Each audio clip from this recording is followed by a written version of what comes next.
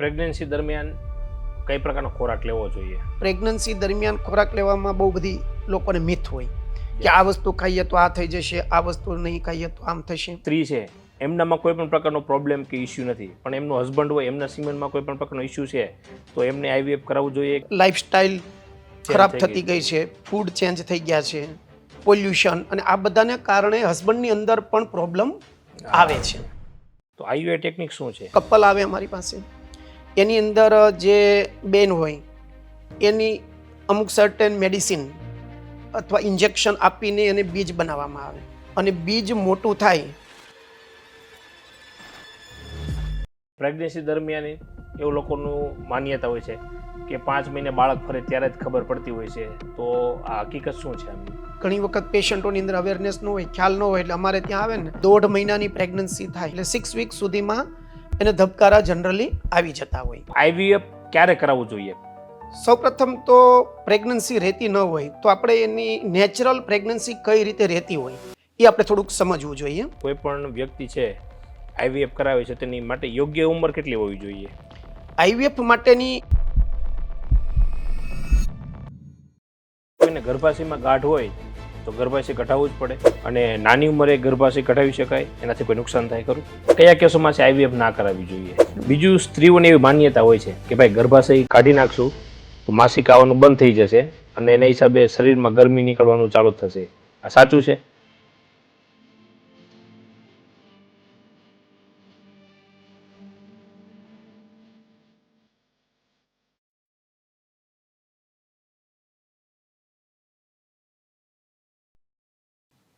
Doctor સાહેબ, સૌપ્રથમ તો તમારો પોડકાસ્ટની અંદર ખૂબ ખૂબ સ્વાગત છે. તમારો ડૉક્ટર તરીકેનો કેટલા વર્ષનો અનુભવ રહ્યો છે? સૌપ્રથમ તો આપનો પણ ખૂબ ખૂબ આભાર કે મને મારા સબ્જેક્ટની વિશે ટોક કરવા માટે આમંત્રણ આપ્યું. તો મારો ડૉક્ટર તરીકેનો અનુભવ આમ તો છેલ્લા 25 વર્ષથી અમારી હોસ્પિટલ સફળતાપૂર્વક કાર્યરત છે. ઓકે. સ્ટાર્ટિંગની અંદર સૌપ્રથમ તો મારા અમરેલી જિલ્લાનું લાઠી ગામ, ત્યાં એક મિડલ ક્લાસ ખેડૂત પરિવારમાં મારો જન્મ થયો. ઓકે. અને મારા માતા પિતાએ તો સ્કૂલ પણ જોઈ નથી, અને એમ છતાં એ લોકોએ મહેનત કરી અને મને ડૉક્ટર બનાવ્યો. અને મારા ફાધર હાલ હયાત નથી, પરંતુ એમની પાસેથી હું જે શીખ્યો એ હાર્ડવર્ક અને ઓનેસ્ટી, એટલે કે પ્રામાણિકતાથી કઈ રીતે વર્ક કરવું એ શીખ્યો. અને મારી મધર પાસેથી કે જે હાલ હયાત છે, અને એમની પાસેથી એક ધાર્મિકતા અને આધ્યાત્મિકતાના પાઠ હું ઘણા બધા એની પાસેથી શીખ્યો. ઓકે. અને 1 થી 10 ધોરણ સુધીનો મારો જે અભ્યાસ છે એ સરકારી સ્કૂલની અંદર અમારા લાઠી ગામમાં જ થયેલો. ઓકે. ત્યારબાદ 11th 12th સાયન્સ મેં ભાવનગરમાં કર્યું, અને 12th સાયન્સની અંદર ખૂબ સારા માર્ક્સ આવ્યા, એટલે આપણી એશિયાની સૌથી મોટી હોસ્પિટલ સિવિલ હોસ્પિટલ અમદાવાદની, એમાં પ્રખ્યાત બીજે મેડિકલ કોલેજમાં 1991માં એમબીબીએસમાં એડમિશન લીધું. ઓકે. અને એ એમબીબીએસ પૂરું થયા પછી આગળનું પોસ્ટ ગ્રેજ્યુએશન એટલે ગાયનેકની અંદર મેં એડમિશન લીધું, અને એમડી ગાયનેક 2000માં પૂરું થયું. ઓકે. ત્યારબાદ મેં સુરતને કર્મભૂમિ બનાવી. ઓકે. સૌ પ્રથમ શરૂઆતમાં તે આપણે સુરતની બાજુમાં બારડોલીની અંદર સરદાર સ્મારક હોસ્પિટલ છે, જે ટ્રસ્ટની હોસ્પિટલ છે, ઓકે. ત્યાં 1 વર્ષ સુધી સર્વિસ આપી, સેવા આપી. અને ત્યારબાદ 24 ડિસેમ્બર 2000માં મારી અર્પણ હોસ્પિટલ અને પ્રસૂતિ ગૃહ અને ઇન્ફર્ટિલિટી સેન્ટરની શરૂઆત કરી. છેલ્લા 25 વર્ષથી અમે અત્યારે કન્ટિન્યુ લોકોની સેવા કરી રહ્યા છીએ. હવે તમે વાત કરી કે 1990ની આસપાસમાં તમે જ્યારે બીજે મેડિકલમાં એડમિશન લીધું, તો મતલબ અત્યારે કેમ હેલ્ધી કોમ્પિટિશન છે, બહુ બધા સ્ટુડન્ટ છે મેડિકલ લાઇનમાં, એન્જિનિયરિંગમાં, તો એ સમયમાં એવું હતું, એટલી બધી કોમ્પિટિશન હતી? 1991ની અંદર જો વાત કરીએ, ત્યારે આપણે ગુજરાતની વાત કરીએ ને, તો માત્ર 6 ગવર્મેન્ટ મેડિકલ કોલેજ હતી.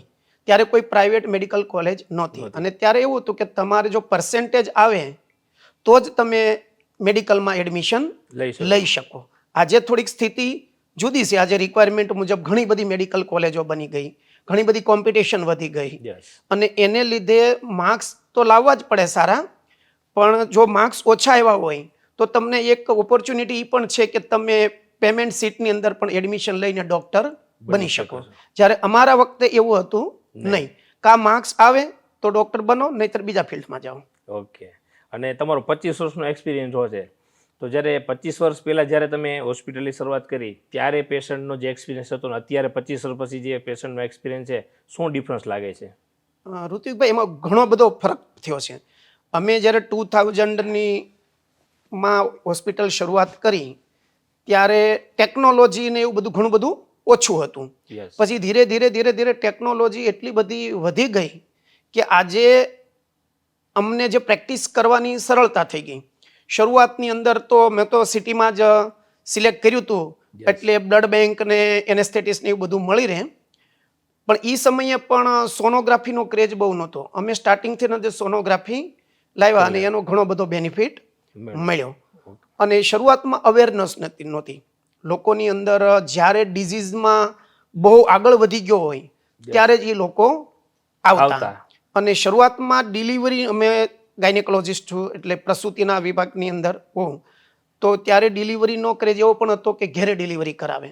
યસ. ડૉક્ટર પાસે ઓછા જતા એમ. પછી સિટીમાં તો જતા જ, પણ ગામડે તો હજુ પણ ડૉક્ટરો પાસે નથી જતા. ત્યારે તો ઓછું હતું. પછી ધીરે ધીરે અત્યારે તો લેપ્રોસ્કોપી, IVFની ટેકનોલોજી, પછી તમારા જે અગાઉ આપણને ખ્યાલ આવી જાય એવા પેપ ટેસ્ટ અને DNA, HPV DNA ટેસ્ટિંગ, એ બધું આવ્યું. સર્વાઇકલ મેલિગ્નન્સીને પ્રિવેન્ટ કરવા માટેની વેક્સિન આવી. તો એને લીધે અત્યારે બહુ ટેકનોલોજી અને નોલેજ ને એ બધું વધી ગયું છે અત્યારે. બીજું ડૉક્ટર, કે અત્યારના સમયમાં જોઈએ ને, પહેલાંના સમય કરતાં ફૂડનું પ્રમાણ છે, તમે જોઈએ તો જંક ફૂડનું પ્રમાણ વધી ગયું છે. બીજું છે કે લેટ મેરેજ થઈ રહ્યા છે. બીજું પ્રેગ્નન્સી લોકો લેટ કરી રહ્યા છે. તો અત્યારે ઘણી વખત બહુ બધા પ્રોબ્લેમ જોવા મળતા, પ્રેગ્નન્સીમાં ઇસ્યુ આવતા હોય છે. તો IVF ક્યારે કરાવવું જોઈએ? પ્રેગ્નન્સી ના રહેતી હોય તો એના માટે તરત જ ઓપ્શન છે IVFનો? સૌપ્રથમ તો પ્રેગ્નન્સી રહેતી ન હોય તો આપણે એની નેચરલ પ્રેગ્નન્સી કઈ રીતે રહેતી હોય એ આપણે થોડુંક સમજવું જોઈએ. તો એની અંદર લેડીઝની અંદર એક ગર્ભાશય હોય અને 2 અંડાશય હોય અને 2 ફેલોપિયન ટ્યુબ્સ હોય. તો પ્રેગ્નન્સી રાખવા માટે સૌપ્રથમ તો અંડાશયમાંથી કુદરતી અંડબીજ બનતા હોવા જોઈએ. બંને ફેલોપિયન ટ્યુબ છે એ ખુલ્લી હોવી જોઈએ. અને જે એમના હસબન્ડનો રિપોર્ટ, સિમેન રિપોર્ટ, એ નોર્મલ હોવો જોઈએ. એટલે કે શુક્રકોષોની સંખ્યા, એની મોટિલિટી, એની નોર્મલ એ હોવું જોઈએ. એટલું બેઝિકલી હોય તો મોટા ભાગે પ્રેગ્નન્સી રાખવામાં તકલીફ પડતી નથી. આમ છતાં જે એવું કહેવાય કે 1 વર્ષ સુધી ફિઝિકલ રિલેશન, કોઈ પણ કોન્ટ્રાસેપ્ટિવનો યુઝ કર્યા વગર સતત 1 વર્ષ સુધી જો ફિઝિકલ રિલેશન રાખવામાં આવે તો 85% કેસમાં તો પ્રેગ્નન્સી રહી જતી હોય. હવે જે 15% કેસ રહ્યા કે જેમાં પ્રેગ્નન્સી રહેતી નથી, તો એને અમે ઇન્ફર્ટિલિટી કહીએ, એટલે વંધ્યત્વ કહીએ. તો આ વંધ્યત્વની અંદર કેમ થાય છે એનું કારણ મેં આગળ જે સમજાવ્યું એવા કારણો આપણે જાણવા જોઈએ. કે ગર્ભાશયમાં પ્રોબ્લેમ છે, અંડાશયમાં પ્રોબ્લેમ છે, બીજ બને છે નથી બનતું, શુક્રકોષો બરાબર છે. આ બધું અમારી પાસે કોઈ કપલ આવે તો અમે આ બધું એસેસમેન્ટ કરીએ. એના હિસ્ટ્રી, એનું physical examination, certain reports, sonography, બ્લડના રિપોર્ટમાં હોર્મોનના રિપોર્ટ કરીને નક્કી કરીએ કે કયા કારણોસર પ્રેગ્નન્સી રહેતી નથી. પછી પ્રેગ્નન્સી ન જ રહે, હવે આજકાલ ધીરજ ઓછી થઈ ગઈ છે, એટલે અત્યારે અમારે ત્યાં પેશન્ટો સીધું આવીને એમ કે હવે IVF અમારે કરાવવું છે, હવે અમારી પાસે ટાઈમ નથી. તો ત્યારે અમે સમજાવતા હોઈએ છીએ કે પહેલાં તમે આપણે કારણ જાણીએ, નેચરલ પ્રેગ્નન્સી રહે, સામાન્ય ટ્રીટમેન્ટ લેવાથી જો રહી જતું હોય તો IVF સુધી પહોંચવાની જરૂર નથી. હા, અમુક કેસમાં IVF આપણે પહોંચવું પડે કે એવા કારણો કોઈ સ્પેસિફિક હોય કે જે નેચરલ પ્રેગ્નન્સી રહેતી ન હોય, મેડિસિનથી પણ પ્રેગ્નન્સી ન રહેતી હોય, IUI શરૂઆતમાં કરીએ એ પણ નિષ્ફળ જતા હોય, તો એવા કેસમાં IVF કરાવવું જોઈએ.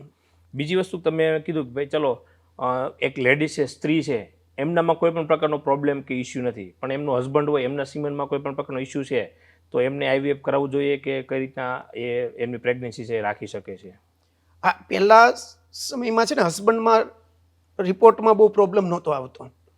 હવે આ છેલ્લા જે લાઈફસ્ટાઈલ ખરાબ થતી ગઈ છે, ફૂડ ચેન્જ થઈ ગયા છે, પોલ્યુશન અને આ બધાને કારણે હસબન્ડની અંદર પણ પ્રોબ્લેમ આવે છે.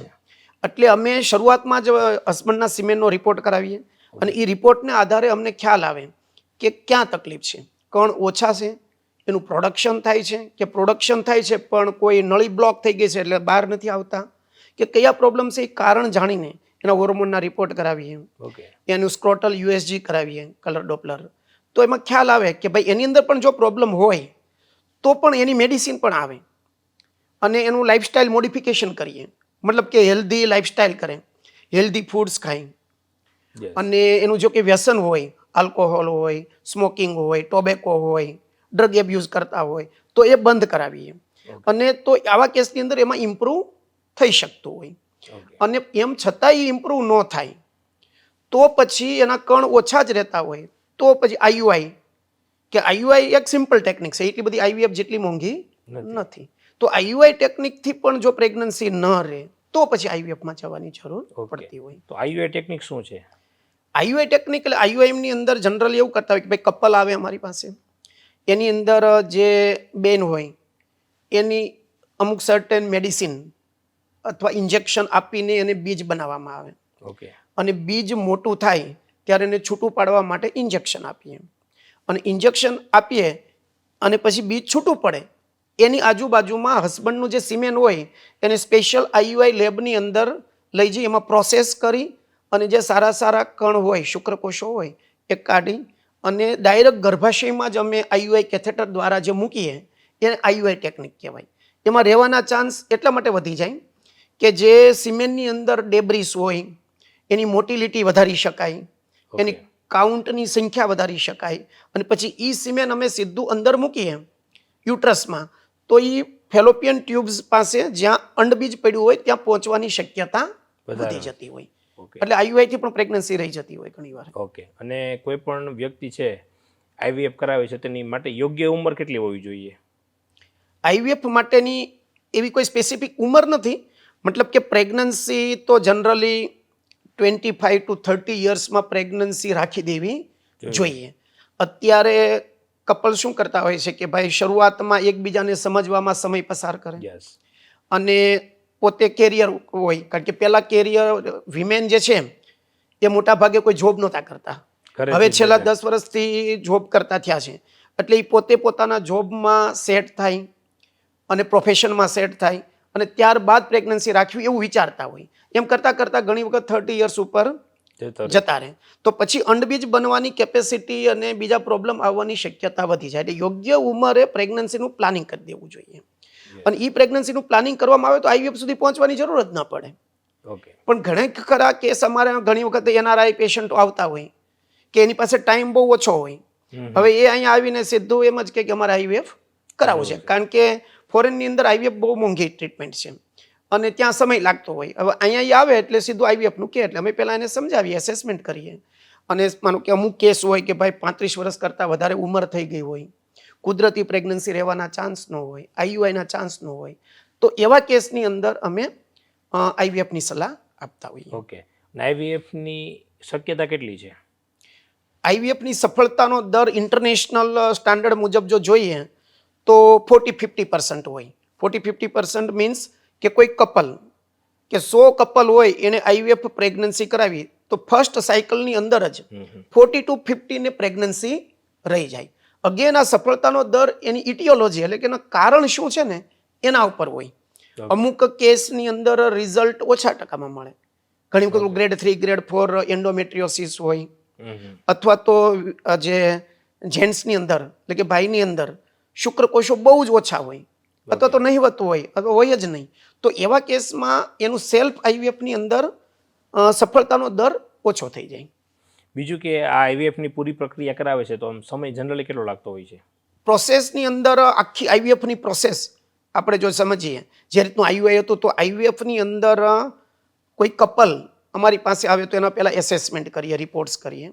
પછી એનું સેકન્ડ ડે થર્ડ ડે જે મેન્સ્ટ્રુએશનનો હોય ત્યારે એની ઇન્જેક્શન ચાલુ કરવાના હોય, કારણ કે જનરલી લેડીઝની અંદર 1 મહિનામાં 1 બીજ બનતું હોય. અમારે આમાં વધારે બીજ બનાવવાના હોય એટલે એમાં અમે વધારે ઇન્જેક્શન આપીએ, ડેઇલી ઇન્જેક્શન આપીએ. એવા 8-10 દિવસ 11 દિવસ ઇન્જેક્શન આપીએ. ત્યારબાદ જ્યારે ફોલિકલ મેચ્યોર થાય ત્યારે એને છૂટું પાડવા માટેનું ઇન્જેક્શન આપીએ, જેને અમે ટ્રિગર કહીએ. અને ટ્રિગર આપ્યા પછી 36 કલાક પછી અમે એને જનરલ એનેસ્થેશિયા આપી અને સ્પેશિયલ ઓવમ પિકઅપ ટેકનિક જેને કહેવામાં આવે એના દ્વારા અમે અંડાશયમાંથી અંડબીજને બહાર કાઢવાના હોય અને એને અમે એક ટેસ્ટ ટ્યુબની અંદર નાખીએ, એમાંથી પછી ડીશમાં નાખીએ. એટલે આ આખી પ્રોસેસ જે ડીશની અંદર નાખીએ એ સમયે એમના હસબન્ડનું સિમેન કલેક્ટ કરી એને શુક્રકોષો અને અંડકોષ એ બંનેનું ફલિનીકરણ એટલે કે ફર્ટિલાઇઝેશન કરાવવામાં આવે. અને ત્યારબાદ આઈવીએફ લેબની અંદર કે જ્યાં સ્પેશિયલ વાતાવરણ આપવામાં આવે, જેવું ગર્ભાશયમાં વાતાવરણ હોય એવું જ વાતાવરણ એક લેબમાં આપવામાં આવે. સ્પેશિયલ મીડિયામાં એ ગર્ભને મોટો કરવામાં આવે. 3 દિવસનો કે 5 દિવસનો જ્યારે ગર્ભ બને ત્યારે અમે ઈ સાયકલમાં જો એને ટ્રાન્સફર કરવાનું હોય તો ઈ સાયકલમાં કરીએ, અને મોટા ભાગે અત્યારે એને ફ્રીઝ કરી દઈએ, અને પછી નેક્સ્ટ મેન્સિસ જ્યારે આવે ત્યારે એને એ જે આપણા ગર્ભ બન્યા હોય 3 દિવસના 5 દિવસના એ ગર્ભને અંદર મૂકીએ. તો આ આખી પ્રોસેસ છે એને આઈવીએફ પ્રોસેસ કહેવાય, ઇન વિટ્રો ફર્ટિલાઇઝેશન. એટલે કે ડીશની અંદર કે આને આપણે ટેસ્ટ ટ્યુબ બેબી પણ લોકો કહેતા હોય, બરાબર. તો આ પ્રોસેસને જનરલી 1 થી 2 મહિના જેવો સમય લાગતો હોય. ઓકે, બરાબર. તો જ્યારે કોઈ પણ આ રીતના આઈવીએફ માટે આવે છે તો એને અમુક સમયે એને ટ્રીટમેન્ટ કરવી પડતી હોય છે કે કઈ રીતનું હોય છે? કે સમજો કોઈ તમારી પાસે આવે છે ને આખું આઈવીએફનું કરાવવું હોય છે તો ભાઈ વન ટાઈમ આવે છે પછી 15 દિવસે આવવાનું હોય કે કઈ રીતનું હોય છે આમનું? આવવામાં જનરલી શરૂઆતની અંદર જે ઇન્જેક્શન આપવાના હોય, જો અહીંયા મને કે લોકલ એરિયામાંથી પેશન્ટ આવતા હોય તો અમે એને રોજ બોલાવીએ. ઓકે, 8-10 દિવસ સુધી ઇન્જેક્શન આપવા માટે કન્ટિન્યુ બોલાવીએ. કોઈ રિમોટ પ્લેસથી આવતા હોય, કારણ કે અમારે ત્યાં રિમોટ પ્લેસ એટલે આજુબાજુના ગામડામાંથી પણ ઘણા બધા પેશન્ટો આવતા હોય, તો અમે એને ઇન્જેક્શન લખી આપીએ, અને એ ઇન્જેક્શન એના ગામમાં કોઈ ડૉક્ટરને ત્યાં અપાવી દેતો હોય ચાલે. બાકી જનરલી રૂટીન અહીંયા જ રહેતા હોય તો 10 દિવસ સુધી 8-10 દિવસ આવે. પછી જ્યારે બીજ છૂટું મતલબ કે ઓવમ પિકઅપ કરાવવાનું હોય ત્યારે 1 દિવસ એને આવવાનું હોય. ઓકે, અને એ પૂરું થઈ જાય પછી એને 15 દિવસ આવવાની જરૂર નથી. પછી જ્યારે ફરી વખત માસિક આવે એના બીજા 3જા દિવસથી એનું પડ બનાવવામાં આવે, જેને એન્ડોમેટ્રિયલ પ્રિપેરેશન કહેવાય. તો એ એન્ડોમેટ્રિયમ અમે પ્રિપેર કરવા માટે અગેન એને 2-3 વિઝિટ લેવી પડે. અને પછી એમ્બ્રિયો ટ્રાન્સફર એટલે કે જે એમ્બ્રિયો બનેલા છે, જે ફ્રીજ થયેલા છે, એને અમે યુટ્રસમાં મૂકીએ તો એને ઈટી એમ્બ્રિયો ટ્રાન્સફર કહેવાય. તો એ માટે આવવું પડે. એટલે આમ ઓલ ઓવર તમે જુઓ તો સેકન્ડ સાયકલમાં 2-3 વખત અને ટોટલ 5 વખત આવવું પડે અને આગળ એ રીતનું આવવું પડે. ઓકે, બીજું કોઈ પણ કપલ છે હવે એને કેટલી વખત પ્રયત્ન કર્યા પછી એને આઈવીએફ માટે વિચારવું જોઈએ? અગેન પાછું આજ થયું કે કેટલા સમય પછી આઈવીએફ કરાવવું, તો એ પણ એના કારણો કે કયા કારણોથી પ્રેગ્નન્સી રહેતી નથી અને કેટલી એને કોશિશ કરી છે એની પર આવે. ઘણી વખત અમારે ત્યાં પેશન્ટ આવે કે ભાઈ અગાઉ 5-7 વર્ષ સુધી તો બધી કોશિશ કરી લીધી હોય, ટ્રાય કરી લીધી હોય, નેચરલ કોશિશ કરી લીધી હોય, મેડિસિન આપી દીધી હોય, આઈયુઆઈ પણ કરી લીધું હોય, તો એવા કેસની અંદર ઓલરેડી ઉંમર એની 35 યર્સ 37 યર્સ થઈ ગઈ હોય, તો એવા કેસમાં પછી વધારે વેઇટ ન કરાય. કારણ કે વધારે વેઇટ કરીએ તો સમય જાય, અને જેમ સમય જતો જાય એમ જે ઓવમની કેપેસિટી એની ક્વોલિટી જે છે ને એ ડાઉન થતી જાય, અને એને કારણે એ પછી પ્રેગ્નન્સી આઈવીએફમાં પણ એનો સક્સેસ રેટ ઘટી જાય. એટલે ટાઈમે એને પછી આઈવીએફ કરાવી દેવું જોઈએ. ઓકે, અને આઈવીએફ ની કેટલી વખત એટેમ્પ કરી શકાય? આઈવીએફ ની અંદર એટેમ્પ્ટ અનલિમિટેડ કરી શકાય, પણ મોટા ભાગે 2 થી 3 ફર્સ્ટ સાયકલમાં તે 40-50% તો રહી જતું હોય છે. અમુક પેશન્ટોને તો 70% રહી જતું હોય, પણ ન રહે તો બીજી વખત પણ કોશિશ કરાય. તો આ રીતે મોટા ભાગે 2-3 વખત તો કોશિશ કરવાથી 90% પેશન્ટો હોય એ કન્સીવ થઈ જતા હોય. સિવાય કે 10% કેસની અંદર જેમાં એન્ડોમેટ્રિયમ જ બનતું ન હોય, એન્ડોમેટ્રિયલ ટ્યુબરક્યુલોસિસ હોય, કારણ કે આપણા દેશની અંદર ટ્યુબરક્યુલોસિસનું પ્રમાણ વધારે હોય છે. તો એ ટ્યુબરક્યુલોસિસ જ્યારે એન્ડોમેટ્રિયમ એટલે કે ગર્ભાશયના અંદરના પડમાં જ્યારે પહોંચી ગયું હોય ત્યારે એ એન્ડોમેટ્રિયમ ખવાઈ જાય, ડેમેજ થઈ જાય. તો એવા કેસમાં આઈવીએફમાં જલ્દી રિઝલ્ટ મળે નહીં, તો એમાં એટેમ્પ્ટ વધારે પણ કરવા પડે.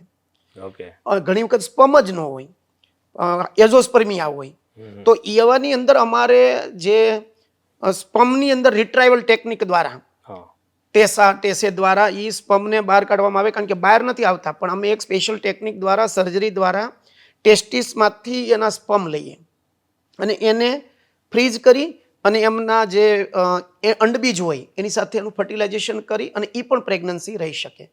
એટલે અત્યારે આ ટેકનોલોજીને લીધે એક ફાયદો એ થાય કે 0 કણ હોય, એઝોસ્પર્મિયા હોય તો પણ એ પિતા બની શકે.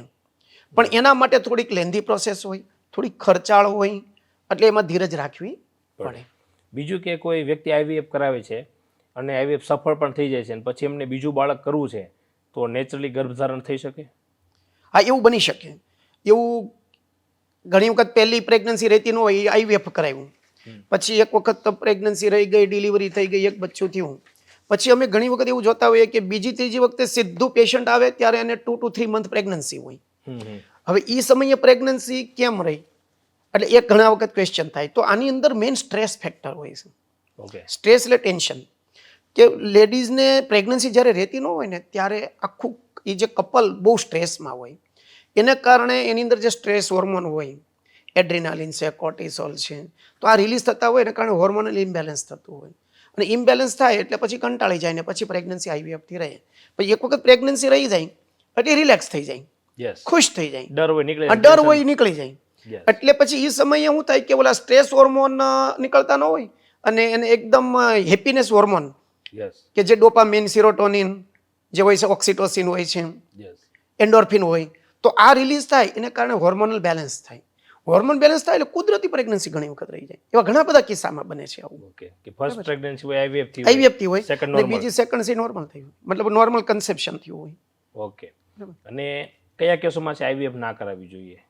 ને પ્રેગ્નન્સી ન રહેલા આઈવીએફ તો કરાવવું જ જોઈએ. Okay. આઈવીએફ ન કરાવવું એ તો એટલે આપણે કોઈ એવું ક્રિટિકલ સપોઝ કે ભાઈ કોઈ પર્ટિક્યુલર એવો કોઈ ડિસીઝ છે, કોઈને એવો રોગ છે અથવા કોઈ એમના બોડીમાં એવું છે તો એવા વ્યક્તિ આઈવીએફ થી દૂર રહેવું જોઈએ, એવું કંઈ હોય છે?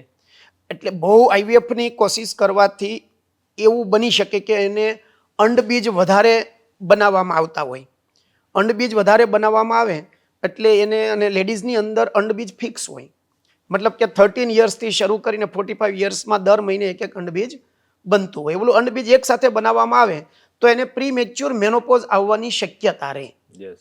તો પ્રીમેચ્યોર મેનોપોઝ આવે એટલે એની અંદરના જે ઇસ્ટ્રોજન, પ્રોજેસ્ટેરોન જે હોર્મોન હોય એ ઘટે, એટલે એને લીધે એને સાયકિક પ્રોબ્લેમ ને એવું બધું થઈ શકે. એટલે એક અમુક હદ કરતાં પછી બહુ વધારે કોશિશ ન કરવી જોઈએ. એની જગ્યાએ કોઈ એડપ્ટેશન કરી અને બાળકને લઈ લેવું જોઈએ. ઓકે. અને આઈવીએફ માટે પુરુષમાં પણ ચેકઅપ કરવું પડતું હોય છે? હા, પુરુષનું ચેકઅપ અમે તો સાથે જ કરીએ છીએ કપલનું, કારણ કે આજકાલ 50% કેસની અંદર તો પુરુષની અંદર એ પ્રોબ્લેમ આવે છે. ઓકે. પહેલાં એવું હતું કે ભાઈ 20-25% કેસમાં જ પ્રોબ્લેમ આવતો. હવે તો અમે સિમેન એનાલિસિસ કરતા હોઈએ છીએ તો એનું દિવસે દિવસે એ પ્રમાણ વધતું જાય છે એને પ્રોબ્લેમ થવાનું. એટલે એનો પણ સિમેન એનાલિસિસનો રિપોર્ટ કરવો જોઈએ. અને એ રિપોર્ટમાં કંઈ પ્રોબ્લેમ આવે તો એના હોર્મોનના રિપોર્ટ કરવા પડે. સ્ક્રોટલ યુએસજી કલર ડોપલર કરીને જાણવું પડે કે વેરિકોસિલ છે કે નહીં, ટેસ્ટિસ નાનું છે, મોટું છે, સાઇઝ બરાબર છે, આ બધું જાણવું પડે. એના પણ રિપોર્ટ કરવા જરૂરી છે. ઓકે. અને આઈવીએફ વિશે લોકોમાં કોઈ ડર હોય છે? આઈવીએફનો ડર અત્યારે મિસબિલીફને કારણે, એટલે કે એને જે નોલેજ નથી, ઇન્ફોર્મેશન નથી, એને કારણે ડર હોય છે. ડર કેવો હોય કે એ લોકો અમારે પાસે પેશન્ટ આવે પહેલાં ડરે કે એમ કે ભાઈ જે ઇન્જેક્શન છે એનાથી બહુ દુખાવો થાય, એની અમને બીક લાગે છે.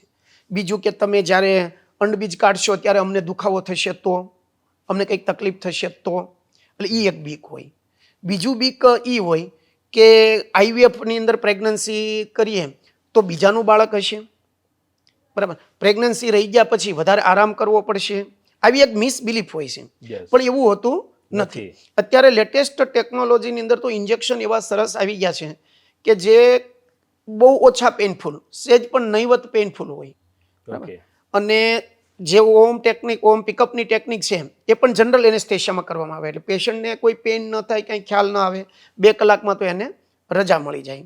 ઓકે. અને એવો જે ડર હોય કે ભાઈ અમારું નહીં હોય તો, પણ એવું હોતું નથી. લીગલી જ્યારે હસબન્ડ અને વાઈફનું અંડબીજ અને શુક્રકોષો નોર્મલ હોય તો એનું જ કરાવવામાં આવે છે, એનું જ કરી શકાય, બરાબર. હા, એમની પરમિશન લઈને, પેશન્ટની પરમિશન લઈને, ઘણી વખત ઉંમર વધી ગઈ હોય, માનો કે 37-38 વર્ષની ઉંમર થઈ હોય, અંડબીજ બનતા જ ન હોય, ઓકે. એએમએચ લેવલ ખૂબ ઓછું હોય, એટલે અંડબીજ કદાચ બનતા હોય તેની ક્વોલિટી સારી ન હોય, તો એવા કેસમાં આગળ 2-3 વખત આઈવીએફ પ્રેગ્નન્સી કરી હોય સેલ્ફની, પણ એ નિષ્ફળ ગઈ હોય, તો એવા કેસમાં પેશન્ટની પરમિશન લઈને ઓવમ ડોનેશન પણ કરી શકાય. એ જ રીતે જે હસબન્ડની અંદર રિપોર્ટ્સમાં એઝોસ્પર્મિયા હોય, એણે અગાઉ કોશિશ કરી લીધી હોય છતાં પ્રેગ્નન્સી ન રહી હોય, તો એવામાં સ્પર્મ ડોનેટ પણ કરી શકાય. બધું લીગલી હોય છે, પણ એની જાણ કર્યા વગર કોઈ કરવામાં આવતું નથી. એટલે પેશન્ટને ખબર જ હોય, એટલે એ કોઈ ડર પરમિશન હોય તો જ કરો. હા, એટલે એવી કોઈ ડર રાખવાની જરૂર નથી હોતી. ઓકે. અને અત્યાર સુધી ડૉક્ટર તમે 25 વર્ષનો અનુભવ છે, ઘણા બધા પેશન્ટની સફળતાપૂર્વક બધી સર્જરી કરેલી હશે, તો કોઈ એવી સફળ અત્યાર સુધીના કોઈ પેશન્ટની એવી છે કે ભાઈ આજે પણ તમને યાદ હોય? એવી ઘણા બધા કેસોની સફળ સ્ટોરી છે, પણ એમાંનો એક તમને કેસ કહું તો એ પેશન્ટને 35 યર્સની એજ હતી પેશન્ટની. ઓકે. હવે એની અંદર AMHનું લેવલ 0.4, આમ જનરલી 2 to 4 હોય તો એ સારું કહેવાય. AMHનું લેવલ હોર્મોનનું લેવલ છે. હવે એનું 0.4નું લેવલ હતું. અંડબીજ બનતા નહોતા અને એણે IVFની કોઈ અલગ અલગ જગ્યાએ એને IVFની પણ સલાહ આપવામાં આવી હતી. ઘણી બધી કોશિશ કરી 8-10 વર્ષ. પછી અમારી પાસે એ પેશન્ટ આવ્યું એટલે અમે એનું SS કર્યું અને SS કર્યા પછી લાગ્યું કે આને IUI થી પણ પ્રેગ્નન્સી રહી શકે એમ છે. એટલે અમે પેશન્ટને કીધું કે ભાઈ આપણે એક વખત IUI ની કોશિશ કરીએ, સારા ઇન્જેક્શન આપી બીજ બનાવી અને એક વખત IUI કરીએ, અને ન રહે તો પછી આપણે આ કરશું. તો એ પેશન્ટની અંદર ફર્સ્ટ સાયકલમાં જ IUI ની ફર્સ્ટ સાયકલમાં જ પ્રેગ્નન્સી રહી ગઈ અને પેશન્ટ એટલું બધું ખુશ થયું કે એણે પછી નોર્મલ ડિલિવરી કરી અને ડિલિવરી પણ નોર્મલ થઈ ગઈ અને પછી એક બાબાને પણ જન્મ આપ્યો. તો આવા તો ઘણા બધા કેસ છે, પણ આ કેસ મને પર્ટિક્યુલર યાદ છે કે જ્યાં એવું લાગે કે આનું IVF જ કરવું પડશે, IVF સિવાય કોઈ બીજી પોસિબિલિટી નથી, તો એમાં IUI થી પણ પ્રેગ્નન્સી રહી ગઈ હોય. ઓકે. અત્યારે કેવું છે ભાઈ, પ્રેગ્નન્સી લેટ લોકો રાખતા હોય છે, જે હમણાં તમે કીધું એ પ્રમાણે 30 વર્ષ ઉપર 35 વર્ષ પછી, તો આ લેટ પ્રેગ્નન્સી કેટલી જોખમી હોય છે? લેટ પ્રેગ્નન્સીની અંદર જોખમ બે રીતે હોય છે. એક તો મધરની અંદર પ્રોબ્લેમ થતા હોય, કારણ કે ઉંમર વધે એટલે અમુક હાઇપરટેન્શન, ડાયાબિટીસ, મેડિકલ ડિસઓર્ડર એવા બધા પ્રોબ્લેમ થાય. ડિલિવરી વખતે પ્રોબ્લેમ થાય. અને બાળકની અંદરના પ્રોબ્લેમ જોઈએ તો જેમ ઉંમર વધતી જાય તો એમાં ક્રોમોઝોમલ ડિફોર્મિટી આવી શકે, જે એક ડિઝીઝ છે ડાઉન સિન્ડ્રોમ, કે જેમાં બાળક મંદબુદ્ધિનું હોય, ફિઝિકલ મેન્ટલ ડેવલપમેન્ટ ન થતું હોય. આ જેમ જેમ ઉંમર વધે એમ એ ચાન્સ વધતા જાય. એટલે એવા કેસની અંદર જ્યારે ઉંમર વધારે હોય ત્યારે અમે આ બધા ટેસ્ટ અગાઉ કરાવતા હોઈએ, અને જ્યારે પ્રેગ્નન્સી હોય ત્યારે એનો એનોમલી સ્કેન, એન્ટી સ્કેન કરાવતા હોઈએ, ડબલ માર્કર કરાવતા, જેથી કરીને એના રંગસૂત્રોની અંદર કોઈ તકલીફ નથી ને એ ખબર પડે. જો રંગસૂત્રોની અંદર તકલીફ હોય તો એ એબોર્શન પણ કરાવી શકાય. એટલે મોટી ઉંમરે જોખમો બંને બાજુ હોય છે. ઓકે. અને બીજું કે કોઈ હાઈ રિસ્ક પ્રેગ્નન્સી હોય તો એને કઈ રીતના સંભાળવી જોઈએ? હાઈ રિસ્ક પ્રેગ્નન્સી આપણે જનરલી પ્રેગ્નન્સી દરમિયાન 85% કેસમાં કંઈ પ્રોબ્લેમ થતો નથી. 15% કેસ એવા હોય કે જેની અંદર મેં કીધું મેડિકલ ડિસઓર્ડર સાથે સાથે હોય, એટલે ડાયાબિટીસ હોય, હાઇપરટેન્શન હોય, થાઇરોઇડ હોય અથવા બીજા મેડિકલ ડિસઓર્ડર હોય, તો એ કેસને અમે હાઈ રિસ્કમાં ગણીએ. આ ઉપરાંત એક બાળક હોય અંદર એ નોર્મલ કહેવાય, પણ બે હોય, ટ્વિન્સ હોય, ટ્રિપલેટ હોય, તો એને પણ અમે હાઈ રિસ્ક પ્રેગ્નન્સીમાં કન્સિડર કરીએ. ફર્સ્ટ ટ્રાઇમેસ્ટરમાં એટલે કે પહેલા 3 મહિનામાં એને બ્લીડિંગ થયું હોય અને પછી પેશન્ટ આગળ કન્ટિન્યુ મતલબ પ્રેગ્નન્સી કન્ટિન્યુ રહી હોય તો પણ એમાં પ્રીટર્મ ડિલિવરી એટલે કે એના ટાઈમ પહેલાં ડિલિવરી થવાના ચાન્સ રહે, તો આ બધા હાઈ રિસ્ક પ્રેગ્નન્સી કહેવાય. RH નેગેટિવ એટલે કે એનું ગ્રુપ જે છે બ્લડ ગ્રુપ મધરનું હોય એ નેગેટિવ હોય, તો એવા કેસની અંદર પણ અમે હાઈ રિસ્ક પ્રેગ્નન્સી ગણતા હોઈએ છીએ. ઓકે. ઘણી વખત એવું હમણાં તમે કીધું એમ કે ભાઈ ટાઈમ કરતાં વહેલા ડિલિવરી કરવી પડતી હોય છે. ઘણી વખત એવું મેજરલી એવા કયા કારણો આના સિવાય બીજા હોઈ શકે કે ભાઈ ઘણી વખત 1 મહિનો છે, 1.5 મહિનો છે, 2 મહિના સુધી કદાચ ડિલિવરી કરવી પડતી હોય, અને એ ડિલિવરી કર્યા પછી જે બાળક આવે છે તો એમાં કોઈ પણ પ્રકારનું ખોડ ખાપણ કે એવી આવવાની શક્યતા રહી છે? પ્રીટર્મ ડિલિવરીની અંદર જે આપણે કીધું કે ભાઈ ફર્સ્ટ ટ્રાઇમેસ્ટરની અંદર અમુક મિસકેરેજ થઈ જાય, તો મિસકેરેજના ચાન્સ પણ અત્યારે વધતા જાય છે, મતલબ એવા કેસો પણ વધતા જાય છે. એ વધવાના કારણોની અંદર પણ અગેન આપણું જે ફૂડ છે એ બધું કેમિકલ વાળું થઈ ગયું છે, પોલ્યુશન, એર પોલ્યુશન હોય છે, લાઇફસ્ટાઇલ ખરાબ હોય છે, તો એવા કારણોસર પણ મિસકેરેજ થઈ જાય. અને એ મિસકેરેજ અટકાવવા માટે એની ટ્રીટમેન્ટ યોગ્ય લેવી જોઈએ. હવે એમાંથી આપણે બહાર નીકળીએ અને ઘણી વખત 6 મહિને 7 મહિને પ્રેગ્નન્સીને વહેલી ડિલિવરી થઈ જાય, તો એના કારણોની અંદર ઘણી વખત વજાઇનલ ઇન્ફેક્શન કોઈ થયું હોય, અથવા તો અગેન ટ્વિન્સ હોય એટલે કે બાળક ટ્વિન્સ એટલે બે બાળકનું વજન કોથળી સહન ન કરી શકે, તો એવા કેસમાં પ્રીટર્મ ડિલિવરી થાય. તો આ પ્રીટર્મ ડિલિવરી થાય એટલે બાળકને અત્યારે નિયોનેટલ કેર એટલી બધી સારી થઈ ગઈ છે કે પહેલાં તો 1.5 કિલોનું બાળક હોય તો એમ કહેતા બચશે કે નહીં બચે. આજે તો એટલી બધી ટેકનોલોજી સારી થઈ ગઈ છે. અમારે એક કેસ હતો કે જે 28-29 વીક્સ એટલે કે 6-7મો મહિનો ગણી શકાય, શરૂઆત જ હજી, અને એનું 590 ગ્રામ ખાલી વજન હતું. 1.5 થી 2 મહિના નિયોનેટમાં રાખ્યું અને એ કેસ અને એ બાળક બચી ગયું અને એને કોઈ પણ બીજો પ્રોબ્લેમ થયો નહીં.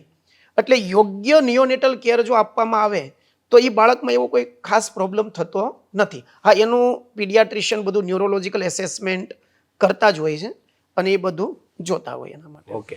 બીજું કે આ સ્ત્રીઓમાં યુરિન ઇન્ફેક્શન હોય એ વધારે હોય છે, શું કામ? યુરિન ઇન્ફેક્શન લેડીઝની અંદર વધારે થવાનું કારણ મેઇન એ હોય છે કે આખું જે યોનિ માર્ગ અને યુરેથ્રા એટલે કે યુરિનરી ટ્રેક્ટનો જે છેલ્લો ભાગ હોય કે જ્યાંથી યુરિન નીકળતું હોય એ બહુ નજીક હોય. એટલે વજાઇનલ ઇન્ફેક્શન થાય તો એ તરત જ એ યુરેથ્રામાં ઇન્ફેક્શન જાય, તો એ ઇન્ફેક્શનને એના ચાન્સ એના વધી જતા હોય એને લીધે. બીજું કે કોઈ પણ સ્ત્રી હોય એના ગર્ભાશયના મુખ પાસે ચાંદી પડી હોય અથવા તો સફેદ પાણી નીકળતું હોય તો આના લીધે કોઈ પણ પ્રકારનું નુકસાન થવાની અથવા આડઅસર થવાની શક્યતા ખરી? વ્હાઇટ ડિસ્ચાર્જ જે છે એ બહુ જ કોમન છે. અમારે ત્યાં આવતા પેશન્ટોની અંદર 35-40% જે ઓપીડી હોય છે એમાં વ્હાઇટ ડિસ્ચાર્જવાળા હોય છે. પેડોનો દુખાવો થતો હોય, સફેદ પાણી પડતું હોય. તો આવા કેસની અંદર તો પહેલાં ઘણી વખત સફેદ પાણી કુદરતી પણ હોય કે ભાઈ માસિક આવવાનું હોય એની પહેલાં 4-5 દિવસ સફેદ પાણી પડે, પ્રેગ્નન્સી હોય ત્યારે થોડુંક સફેદ પાણી પડે, પણ એ માત્ર સફેદ પાણી પડતું હોય. એની સાથે સાથે જો એ પ્રાઇવેટ પાર્ટ પાસે કોઈ ખંજવાળ આવતી હોય, બળતરા થતી હોય, દુખાવો થતો હોય, ત્યાં સોજો આવી ગયો હોય, પેડુમાં દુખાવો થતો હોય, તો આ વજાઇનલ ઇન્ફેક્શન હોઈ શકે. તો એ વજાઇનલ ઇન્ફેક્શનની ટ્રીટમેન્ટ કરાવવી પડે. એ જો ટ્રીટમેન્ટ ન કરાવીએ તો એને પછી એ ડિઝીઝ આગળ વધે. એમાં ઘણી વખત ઇન્ફર્ટિલિટી થાય, પીઆઈડી થાય, બરાબર. તો આ કારણે હોય. અને એક બીજું કારણ જે આપણે ગર્ભાશયના મુખની પાસે ચાંદી, તો એ ફિઝિકલ એક્ઝામિનેશન કરવાથી ખબર પડે કે ભાઈ ગર્ભાશયના મુખ પાસે ચાંદી હોય તો પણ સફેદ પાણી પડતું હોય. તો એ ચાંદી શેની છે એ આપણે જોવી પડે. કે ઘણી વખત તો ચાંદી સામાન્ય પણ હોય, પણ એનો એક પેપ ટેસ્ટ કરવામાં આવે ને એક HPV DNA ટેસ્ટિંગ કરવામાં આવે ત્યાંથી પ્રવાહી લઈને, જેને પેપ ટેસ્ટ કહેવાય. તો આપણે ખબર પડે કે ભાઈ ચાંદી છે એ સાદી છે. એમાં એવી પણ સંભાવના આવી જાય કે આજથી 10 વર્ષ પછી સર્વાઇકલ મેલિગ્નન્સી થવાના ચાન્સ કેટલા છે એ આપણને અગાઉ ખબર પડી જાય. એટલે એ અત્યારે લોકોની અંદર અવેરનેસ ઓછી છે. એટલે એ અવેરનેસ ને અમે કરવા માટે અમે અવારનવાર આના પેપ ટેસ્ટના ને એના અમે કેમ્પ રાખતા હોઈએ, જેથી કરીને લોકોની અંદર અવેરનેસ આવે અને એક આ સર્વાઇકલ મેલિગ્નન્સી સામાન્ય ટેસ્ટથી ડિટેક્ટ કરી શકાય, વહેલું ડિટેક્ટ કરી શકાય. અને એની જો યોગ્ય સમયે ટ્રીટમેન્ટ કરવામાં આવે તો એ જે મોર્બિડિટીથી જે હેરાન થાય દર્દીઓ એનાથી બચી જતા હોય. ઓકે. એટલા માટે જનરલી લોકોને એવું હોય છે કે ભાઈ ગર્ભાશયના મુખ પાસે ચાંદી પડી હોય એટલે ભાઈ કેન્સર હોવાની શક્યતા હોય છે, તો હકીકતમાં એ પોસિબલ છે એવું? મોટા ભાગે એ જ ડર હોય. પેશન્ટ આવે, અમે એમ કહીએ ભાઈ ગર્ભાશયના મુખ પાસે ચાંદી છે એટલે પહેલું જ એને ડર એ લાગે કે સાહેબ આ કેન્સરની નહીં હોય ને. ત્યારે અમે સમજાવીએ કે કેન્સરની હોઈ શકે પણ હોય જ એવું જરૂરી નથી. એના માટેનું યોગ્ય નિદાન આ પેપ ટેસ્ટ દ્વારા થઈ શકે, બરાબર. તો એ અવેરનેસ હોય તો એ આપણને ડરવાની જરૂર નથી. એ જો કદાચ માનો કે આવ્યું તો એની ટ્રીટમેન્ટ યોગ્ય કરવામાં આવે તો મોટા ઓપરેશનથી બચી જઈએ આપણે. ઓકે. બીજું કે પ્રેગ્નન્સી દરમિયાન કઈ પ્રકારનો ખોરાક લેવો જોઈએ? પ્રેગ્નન્સી દરમિયાન ખોરાક લેવામાં બહુ બધી લોકોને મિથ હોય કે આ વસ્તુ ખાઈએ તો આ થઈ જશે, આ વસ્તુ નહીં ખાઈએ તો આમ થશે. બેઝિકલી જ્યારે પ્રેગ્નન્સી હોય ત્યારે માતા અને માતાની અંદર એક બીજો જીવ એટલે ગર્ભ હોય. એટલે સ્વાભાવિક વસ્તુ છે કે જ્યારે ગર્ભ આવે, ગર્ભને પોષણ, ગર્ભ મોટો ક્યારે થાય કે માતાના લોહીમાંથી પ્લેસેન્ટા એટલે કે મેલી દ્વારા બાળકની અંદર જાય એટલે એ બાળક મોટું થાય, ગર્ભ મોટો થાય અંદર. તો એ માટે જે એની રિક્વાયરમેન્ટ હોય, મધરની જે રિક્વાયરમેન્ટ હોય એ વધી જાય, કારણ કે અંદર એક જીવ છે.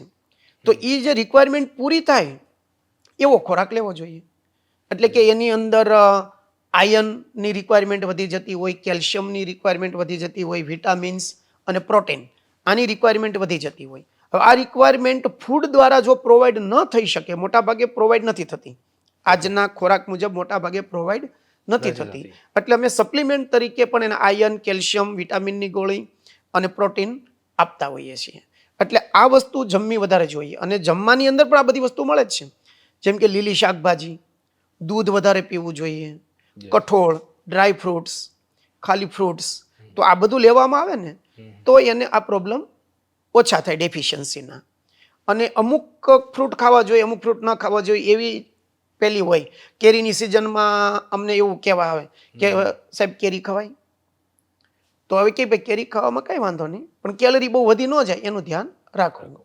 પપૈયું ખવાય, હા પપૈયું એક બહુ છાપી વિશે, પપૈયું છે તો એનું ગરમ એવું કે, પણ ખરેખર એવું હોય છે કે જે પપૈયાની અંદર એબોર્ટિફિશિયન્ટ એજન્ટ કે જેને આપણે ગરમ પ્રકૃતિ કહીએ એવું હોય, તો એનાથી ક્યારેક બહુ વધારે ખાવામાં આવે તો ક્યારેક એબોર્શન થવાના ચાન્સ રહે.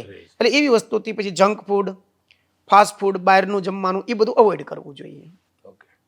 બીજું કે પ્રેગ્નન્સી દરમિયાન ઘણી વખત કોઈને ડાયાબિટીસ હોય છે અને દવા લેતા હોઈએ છે, તો એનાથી બાળક ઉપર કઈ અસર થાય ખરી? પ્રેગ્નન્સી દરમિયાન ડાયાબિટીસ હોય તો એના બચ્ચા ઉપર એટલે કે ગર્ભ ઉપર એની અસર થઈ શકે. શરૂઆતમાં જ ઘણી વખત ડાયાબિટીસ હોય ને એનું કંટ્રોલ ન હોય, મતલબ ડાયાબિટીસ કંટ્રોલમાં હોવું જોઈએ. ડાયાબિટીસ હોય એનો પ્રોબ્લેમ નહીં, પણ ડાયાબિટીસ જો કંટ્રોલમાં ન હોય, હાઇપોગ્લાયસેમિયા થતા હોય ને ઘડીક હાઇપરગ્લાયસેમિયા થઈ જતું હોય, તો એને બાળક ઉપર અસર થવાથી એ મિસકેરેજ પણ થઈ શકે. આ ઉપરાંત પછી આગળ જેમ જેમ ડાયાબિટીસ મતલબ પ્રેગ્નન્સી આગળ વધતી જાય, ગર્ભ મોટો થતો જાય, તો બાળકનું વજન હોય એના કરતાં વધારે થાય તો ડિલિવરીમાં પણ પ્રોબ્લેમ થઈ શકે. એટલે કેર લેવી જોઈએ, હાઈ રિસ્ક પ્રેગ્નન્સી કહેવાય. ઓકે. બીજું કે પ્રેગ્નન્સી દરમિયાન એવું લોકોનું માન્યતા હોય છે કે 5 મહિને બાળક ફરે ત્યારે જ ખબર પડતી હોય છે, તો આ હકીકત શું છે આમની? અથવા કે એવું કહેતા હોય છે કે ત્યારે ધબકાર આવતા હોય છે? હા, એટલે આ ઘણી વખત પેશન્ટોની અંદર અવેરનેસ ન હોય, ખ્યાલ ન હોય, એટલે અમારે ત્યાં આવે ને અમે જનરલી 1.5 મહિનાની પ્રેગ્નન્સી થાય એટલે કે જે માસિક આવ્યું હોય, છેલ્લું આવ્યું હોય, એની પછી 1.5 મહિનો હોય એટલે 6 વીક સુધીમાં એને ધબકારા જનરલી આવી જતા હોય. ઓકે. એટલે અમે એમ કહ્યું કે ધબકારા આવી ગયા છે, તો એ લોકો માને નહીં, એટલે માનવા તૈયાર ન થાય કે અત્યારથી થોડા ધબકારા આવી જાય, પણ એ 1.5 મહિને ધબકારા આવી જાય. પછી જેમ જેમ ગર્ભ મોટો થતો જાય અને પછી જ્યારે એ ગર્ભ અંદર મૂવમેન્ટ કરે અને ત્યારે મધરને એ ફીલ થાય, એને ત્યારે ફર્યું કહેવાય. એ જનરલી 5 મહિનાની આજુબાજુ થતું હોય છે. આ રીતનું છે. ઓકે. એની પહેલા ફીલ નથી થતું એટલે લોકોને એવું લાગતું હોય છે કે ધબકારા કે નથી, ધબકારા હજી નથી, પણ એવું ન હોય. ધબકારા તો 1.5 મહિને આવી ગયા, આવી ગયા. એ આપણે સોનોગ્રાફીમાં ખબર પડે. ઓકે. બીજું છે પ્રેગ્નન્સી દરમિયાન કોઈ વ્યક્તિ મુસાફરી કરે છે તો કરી શકાય કે કોઈ બાળક ઉપર અસર થાય? મુસાફરી કરવામાં એની પ્રેગ્નન્સી દરમિયાન કયો પ્રોબ્લેમ છે એની ઉપર આધાર રહે. દાખલા તરીકે કોઈ પ્રોબ્લેમ ન હોય, એકદમ સ્મૂધલી પ્રેગ્નન્સી ચાલતી હોય તો મુસાફરી કરી શકે, પણ મુસાફરી સેફ જર્ની કરવી પડે. સેફ જર્ની મતલબ કે ટ્રેનની અંદર મુસાફરી કરવી એકદમ સેફ ગણાય. પછી તમે પોતાની કાર લઈને જઈ શકો અથવા તો બસમાં મુસાફરી કરી શકાય, પણ ધ્યાન નહીં રાખવું પડે કે બહુ લાંબો સમય એક ધારું બેસવું પડે એવી મુસાફરી ન કરાય. પ્લસ જે રોદા આવતા હોય તો એવી જગ્યાએ મુસાફરી ટાળવી જોઈએ. અને કોઈ પ્રોબ્લેમ હોય, એટલે કે માનો કે પહેલી પ્રેગ્નન્સીમાં માસિક શરૂ થઈ ગયા હોય અને પછી ડૉક્ટરે આરામની સલાહ આપી હોય તો એ સમયે મુસાફરી ન કરાય. પછી પ્રેગ્નન્સી હોય ને છેલ્લો મહિનો ચાલતો હોય, ત્યારે મુસાફરી કરવામાં આવે અને ક્યારેક પ્રોબ્લેમ થાય ને, જો લેબર પેઇન ત્યારે જ શરૂ થઈ જાય તો થોડીક ઇમરજન્સી ક્રિએટ થાય, તો એવા સમયે મુસાફરી ન કરવી જોઈએ. બીજું કે ડિલિવરીમાં સિઝેરિયન કરવાની જરૂર ક્યારે પડે છે? ડિલિવરીમાં પણ સિઝેરિયન મોટા ભાગે નોર્મલ ડિલિવરી થતી હોય, 20-25% કેસમાં સિઝેરિયનની જરૂર પડે. તો એવા કેસની અંદર છેલ્લી ઘડીએ બાળક ત્રાંસુ હોય, આડું હોય, અથવા તો મેલી છે એ નીચે હોય, અથવા મેલી વહેલી છૂટી પડી ગઈ હોય, અથવા એક ડિલિવરી અગાઉ થઈ ગઈ હોય એ સિઝેરિયનથી થઈ હોય અને બીજી વખત આ વખતે ડિલિવરી હોય અને એ સમયે ટાંકામાં કંઈક પ્રોબ્લેમ થાય એવું લાગતું હોય ડૉક્ટરને, તો પણ સિઝેરિયન કરવું પડે. ઓકે. એન્ડ સમયે મતલબ ખબર પડે કે ભાઈ જે ડિલિવરી છે નોર્મલ થશે કે સિઝેરિયન થશે? હા, અમુક કેસમાં છેલ્લે ખબર પડે, કારણ કે ઘણી વખત શું હોય કે બધું નોર્મલ ચાલે છે, કે ભાઈ મેલી બરાબર છે ને બધું બરાબર છે, પણ જ્યારે ડિલિવરી લેબર પેઇન સ્ટાર્ટ થાય ત્યારે બાળકની અંદર બાળક મૂંઝાય મતલબ કે અંદર ધબકારા ઘટે, બાળકના ધબકારા ઘટી જાય, અથવા તો બાળક અંદર જાડો કરી જાય.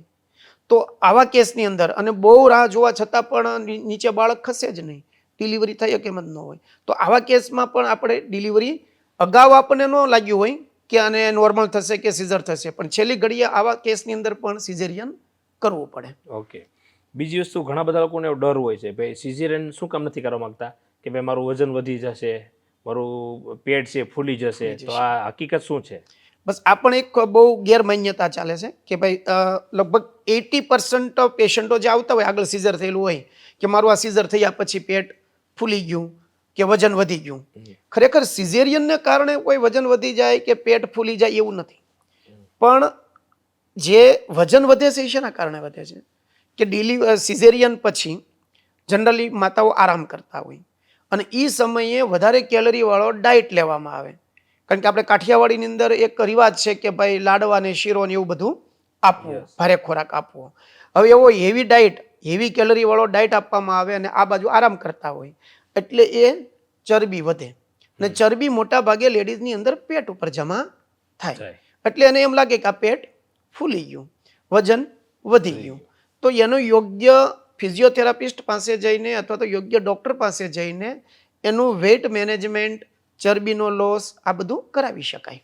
બીજું કોઈ સ્ત્રીએ એક પ્રેગ્નન્સી કરી લીધી છે, એમની પાસે એક બાળક છે, હવે એને બીજું બાળક કરવું છે, મતલબ બે પ્રેગ્નન્સી વચ્ચે કેટલો સમય રાખવો યોગ્ય હોય? એક ડિલિવરી થઈ ગઈ એટલે એના જે બાળકને એનું લાલન પોષણ કરે અને બીજી વખત માતા અને પિતા બંને કપલ મેન્ટલી ને ફિઝિકલી પ્રિપેર્ડ થાય એ સમયગાળો એટલો પસાર કરવો જોઈએ. યુઝ્યુઅલી અમે એવી સલાહ આપતા હોઈએ કે ભાઈ 3 વર્ષનો ગાળો રાખો તો વધારે સારું, કારણ કે એના કરતાં બહુ વધારે ગાળો રાખવામાં આવે તો ઉંમર વધતી જાય. એટલે 3 વર્ષ, 2.5 વર્ષ, 3.5 વર્ષ એ આઈડિયલ ગણાય કે ત્યાર પછી પ્રેગ્નન્સી રાખીને ડિલિવરી કરાવી શકાય. ઓકે. બીજું કે લેપ્રોસ્કોપી એટલે શું છે? આજકાલ જ્યાં લેપ્રોસ્કોપીનો વર્ડ ખૂબ જ પ્રચલિત છે કે એવરી જે અમારે ત્યાં ઓપીડીમાં આવે તો એ બધા મતલબ પેશન્ટને ઓપરેશન કરવાનું હોય તેમ કે લેપ્રોસ્કોપી એમ.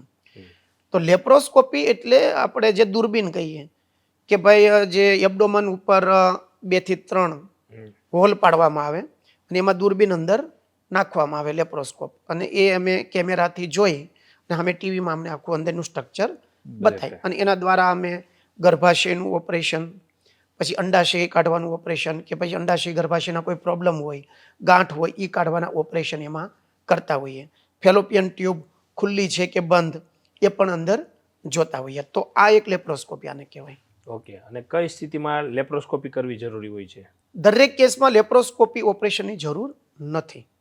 હવે એ ડિસિશન મતલબ કે કયા પ્રોબ્લેમ, ગર્ભાશય અંડાશયની અંદર કયા પ્રોબ્લેમ છે, શેને કારણે એને માસિકની તકલીફ થાય છે, મતલબ ગર્ભાશયમાં ગાંઠ છે, સોજો છે, અંડાશયમાં ગાંઠ છે, સોજો છે, એન્ડોમેટ્રિયોસિસ છે કે શું તકલીફ છે, આગળ કોઈ બીજી સર્જરી થયેલી છે, માતાની કન્ડિશન, એની જે મેડિકલ ડિસઓર્ડર કોઈ સાથે છે, તો એવા એ બધાને આધારે ડૉક્ટર એક નક્કી કરતા હોય છે કે આને કયા રૂટથી ઓપરેશન કરવું. કારણ કે ઓપરેશન ગર્ભાશયની કોથળીનું ઓપરેશનનું આપણે વિચારીએ તો એ 3 રીતે થઈ શકે. એક તો આપણે કહીએ કે ટાંકા વગરનું ઓપરેશન, એટલે કે નીચેથી જ ઓપરેશન થઈ જાય. બીજું જે આપણે લેપ્રોસ્કોપી કે જેને દૂરબીનથી ઓપરેશન કર્યું કહેવાય, અને ત્રીજું ટાંકાવાળું એટલે કે પેટ ખોલીને જે ઓપરેશન કરવામાં આવે એને ટાંકાવાળું કહેવાય. તો આમાંથી કયું ઓપરેશન કયા પેશન્ટ માટે સારું છે, કયું જોખમી છે, એ ડૉક્ટરે નક્કી કરવાનું હોય. પેશન્ટ આવીને કે મારે લેપ્રોસ્કોપીથી જ કરવું છે તો લેપ્રોસ્કોપીથી કરી નાખવું એવું જરૂરી નથી. કયું એના માટે લાભદાયી છે એ મુજબ નક્કી કરીએ તો એને રિઝલ્ટ સારું મળે. બીજું કોઈ પણ જેન્ટ છે એમને સોનોગ્રાફી કરાવી તો કરાવી શકે? જેન્ટ્સને સોનોગ્રાફી કરાવી શકાય, પણ એને અમારા કેસની અંદર એટલે કે જે ઇન્ફર્ટિલિટીની અંદરનું જોઈએ તો એમાં સોનોગ્રાફીની સ્ક્રોટલ યુએસજી કરવાની હોય, કલર ડોપલર, કે જેના આધારે અંદર એનું ટેસ્ટિસ અને સ્ક્રોટમની આપણે ખબર પડે કે કોઈ વેરિકોસિલ છે, ટેસ્ટિસ નાનું છે, ડેમેજ થયેલું છે, તો એ બધો ખ્યાલ આવે. એવા કેસની અંદર પર્ટિક્યુલરલી સોનોગ્રાફી કરાવી શકાય. બીજું એવી કોઈ સારવાર ચાલતી હોય અથવા તો એવી કઈ સારવાર છે એના એ જે ચાલતી હોય ત્યારે સેક્સથી દૂર રહેવું જોઈએ?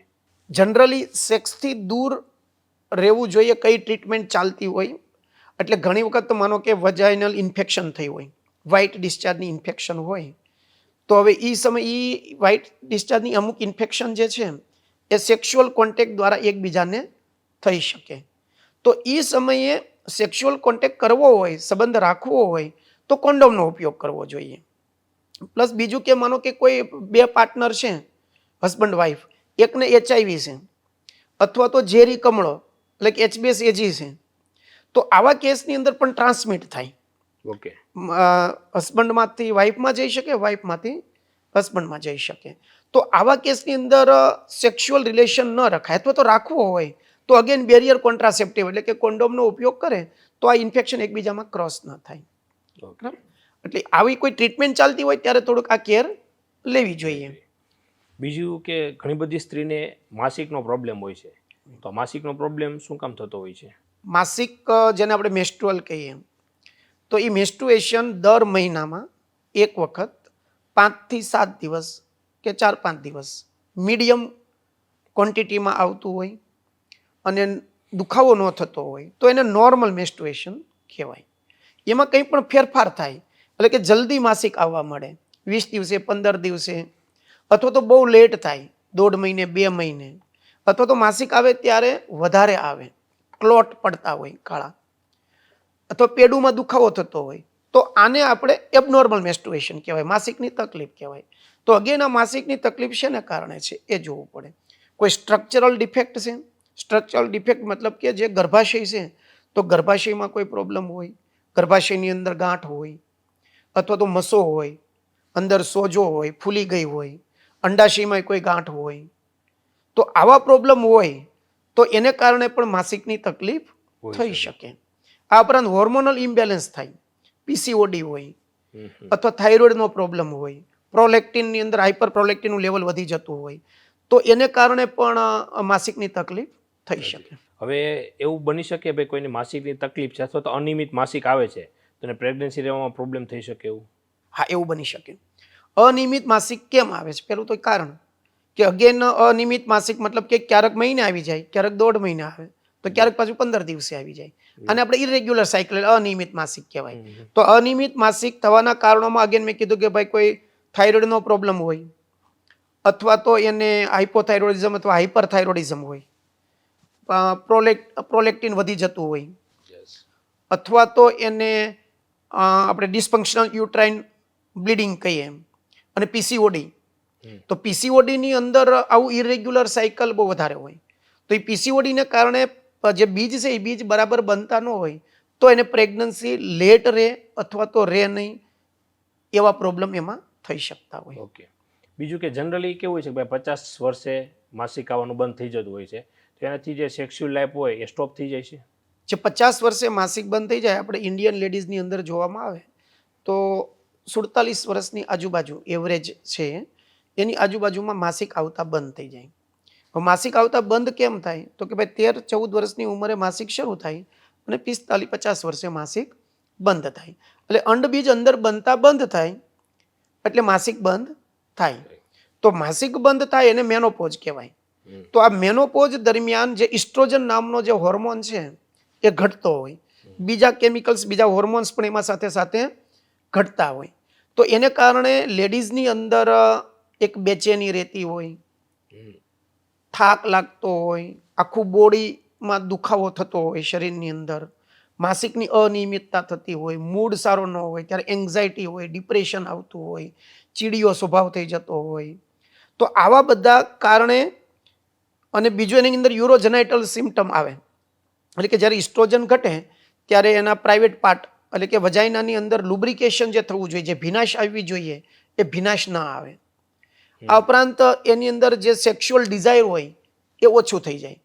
તો આ સમયે એવો એક ક્રિટિકલ સમય હોય છે લેડીઝ માટે કે જ્યારે એને મેક્ઝિમમ એના ફેમિલી તરફથી એના હસબન્ડ તરફથી, એના બાળકો તરફથી એને સપોર્ટ મળવો જોઈએ. જો આ સપોર્ટ એને મળે અને આ પીરિયડ એકદમ સુખમય રીતે પસાર કરે તો સેક્સ્યુઅલ લાઈફમાં એવો બહુ મોટો પ્રોબ્લેમ નથી થતો. હા, એની સેક્સ્યુઅલ ડિઝાયર ઘટતી હોય, કોઈ બીજા લોકલ પ્રોબ્લેમ હોય તો એનું યોગ્ય ડૉક્ટર પાસે જઈ અને એની ટ્રીટમેન્ટ કરાવવામાં આવે તો એનું પણ સોલ્યુશન મળતું હોય છે. બીજું કોઈને ગર્ભાશયમાં ગાંઠ હોય તો ગર્ભાશય કઢાવવું જ પડે? ગર્ભાશયમાં ગાંઠ હોય એટલે ગર્ભાશય કાઢવું જ પડે એવું જરૂરી નથી. ગર્ભાશયમાં ગાંઠ શેની છે એ જોવું પડે. મોસ્ટ કોમનલી જે ગાંઠ હોય એ ફાઇબ્રોઇડની ગાંઠ કહેવાય, કે જે સ્નાયુની ગાંઠ કહેવાય ગર્ભાશયની અંદર. બીજો એક મસો હોઈ શકે.